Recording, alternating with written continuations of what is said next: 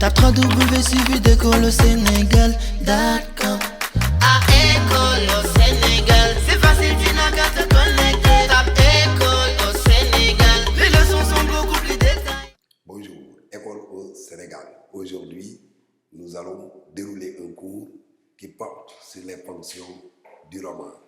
Comme vous le savez, le roman, comme tout genre littéraire, comme toute œuvre artistique, remplit un certain nombre de fonctions.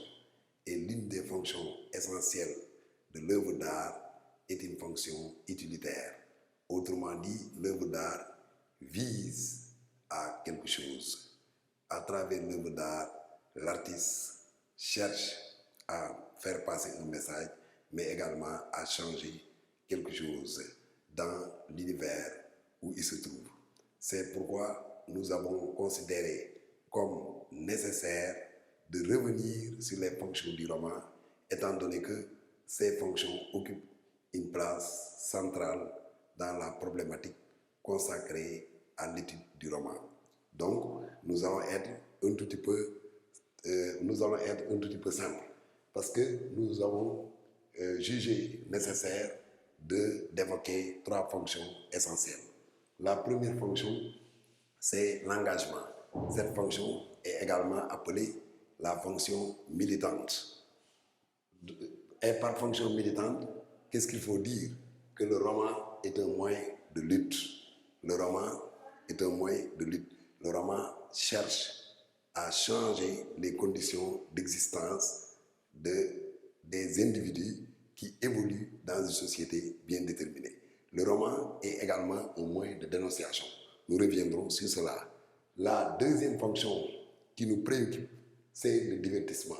On l'appelle fonction divertissante ou fonction ludique de la littérature. Ça veut dire que le roman est un moyen d'évasion. Et la troisième fonction est en rapport avec la fonction didactique, constitue la fonction didactique. Et par fonction didactique, nous allons parler de moralisation de la cité. Le roman contribue à l'éducation des masses, ça vous le savez. Maintenant, essayons de détailler chacune de ces fonctions. Prenons la fonction d'engagement. Dans cette fonction, ce que l'élève doit comprendre, c'est que le roman est un moyen de lutte. Qu'est-ce qu'il faut entendre par moyen de lutte? Le roman est un moyen de dénonciation. L'écrivain, il part des réalités sociales de son pays et il les reproduit dans son œuvre. En les reproduisant dans son œuvre, il essaie donc d'être le porte-parole de son peuple. Et on peut donner pas mal d'exemples, aussi bien dans la littérature française que dans la littérature africaine. Si nous prenons, par exemple, le roman réaliste du 19e siècle et même le roman naturaliste, on se rend compte que les auteurs cherchent à dénoncer les injustices que subissent les peuples.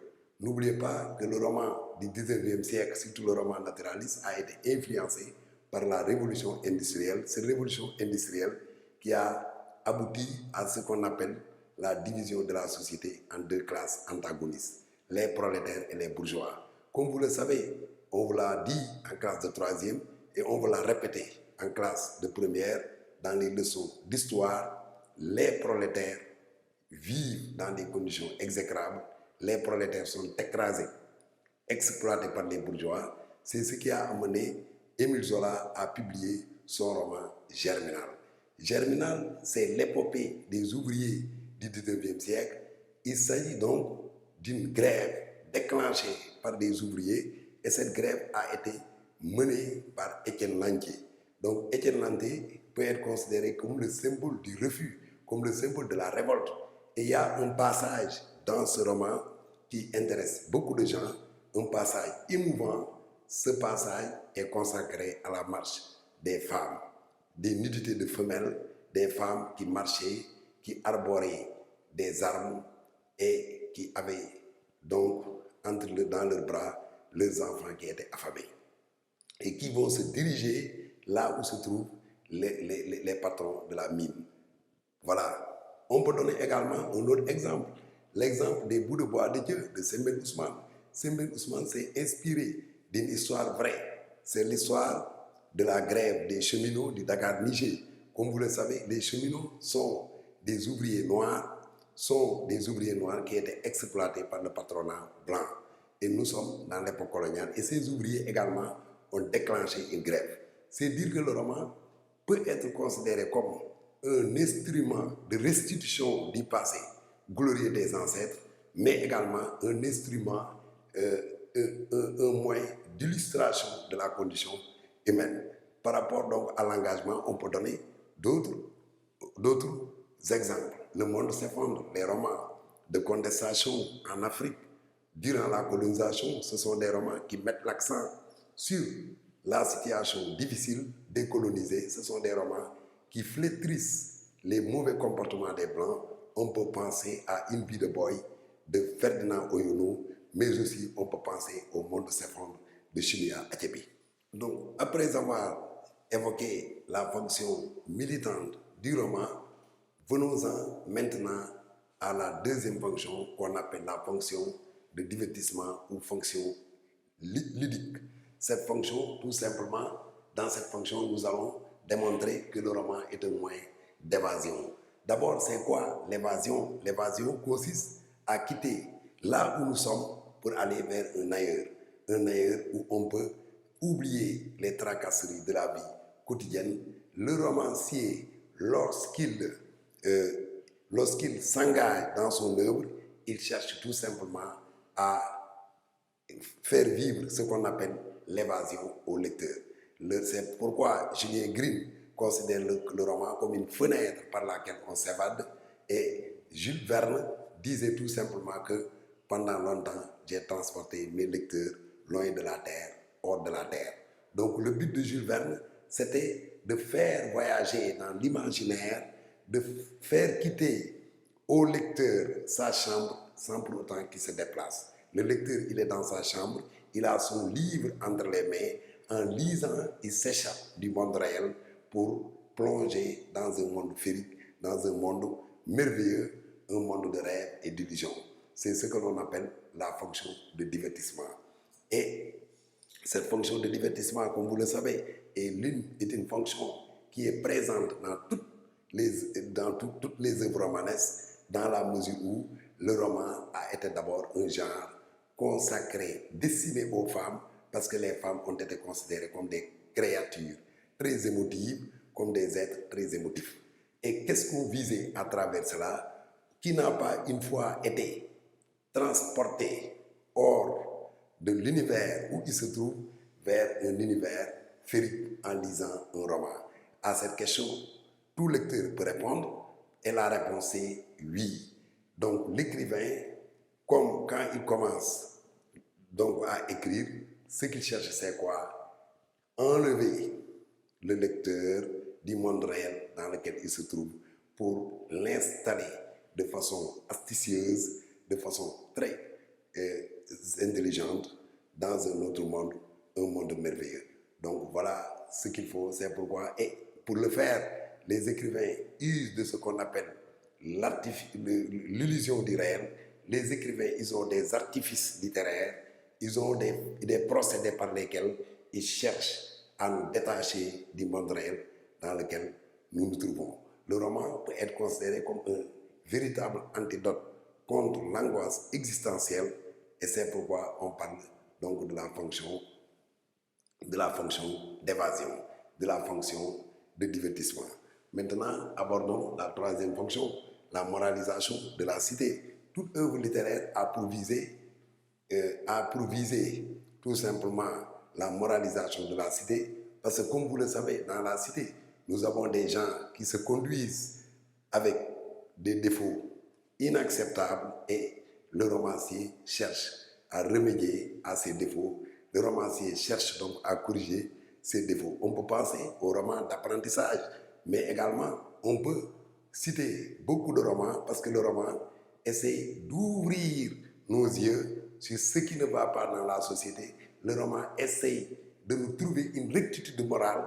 Le roman cherche tout simplement à nous empêcher donc de faire des erreurs qui peuvent être fatales.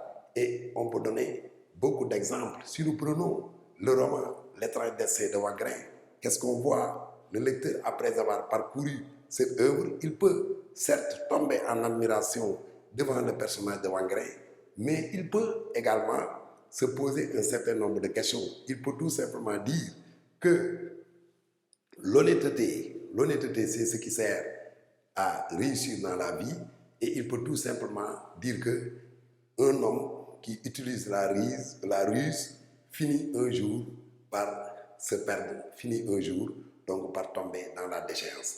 Mais également, je peux vous donner un autre exemple, le Père Goriot de Balzac. Dans le Père Goriot de Balzac, quelle est la leçon que l'on apprend? La leçon que l'on apprend, c'est qu'il ne faut jamais choyer trop ses enfants. Il ne faut jamais les choyer d'une certaine façon. Il faut faire prendre aux enfants leurs responsabilités. Il faut éduquer ces enfants sans pour autant leur donner l'envie de réussir matériellement.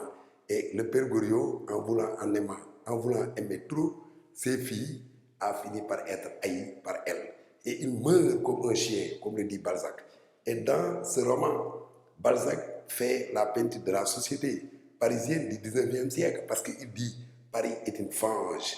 Qu'est-ce que cela veut dire? Que Paris est peuplé par des hommes tordus. Paris est peuplé par des hommes qui ont des défauts.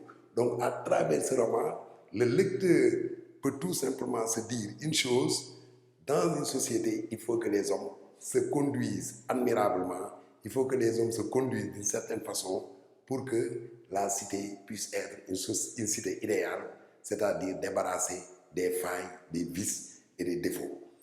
Il y a également d'autres romans que nous pouvons utiliser comme exemple pour démontrer que le roman vise tout simplement à nous conduire vers le bien. Il y a les romans négro-africains sur lesquels on peut revenir. Prenons l'aventure ambiguë de notre compatriote Cheikh Hamidou Kane. Dans l'aventure ambiguë, qu'est-ce qu'on nous apprend? On nous apprend que, quelle que soit la situation, on doit se plier aux règles de la communauté à laquelle on appartient. Et Cheikh Hamidou Kane nous donne une leçon de morale dans l'aventure ambiguë. Il nous invite à lier le bois au bois. C'est une expression que j'emprunte au roman. Lier le bois au bois veut dire quoi? Concilier la tradition avec la modernité. Donc, on apprend toujours quelque chose dans un roman. C'est ce qui a amené l'autre à dire que tout grand roman interroge. Le roman nous interroge, le roman interroge notre conscience pour nous amener à avoir une attitude beaucoup plus responsable dans la société où on évolue. C'était ça donc l'essentiel du cours sur les fonctions du roman. Je vous remercie. La deuxième partie sera consacrée à un exercice d'application. Merci. Le Sénégal,